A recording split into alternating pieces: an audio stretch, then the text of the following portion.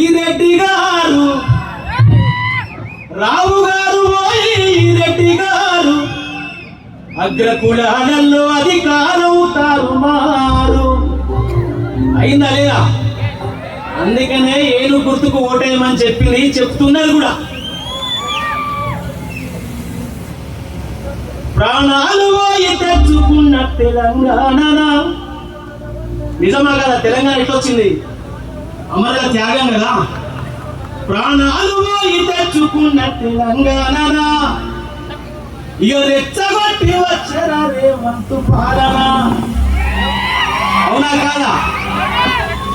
పిలుస్తున్నారే మీరు, పిలుస్తున్నారే ప్రజాపాలన ఎట్లా చీకటి చేసిండ్రుగా వెలుగు మట్ల.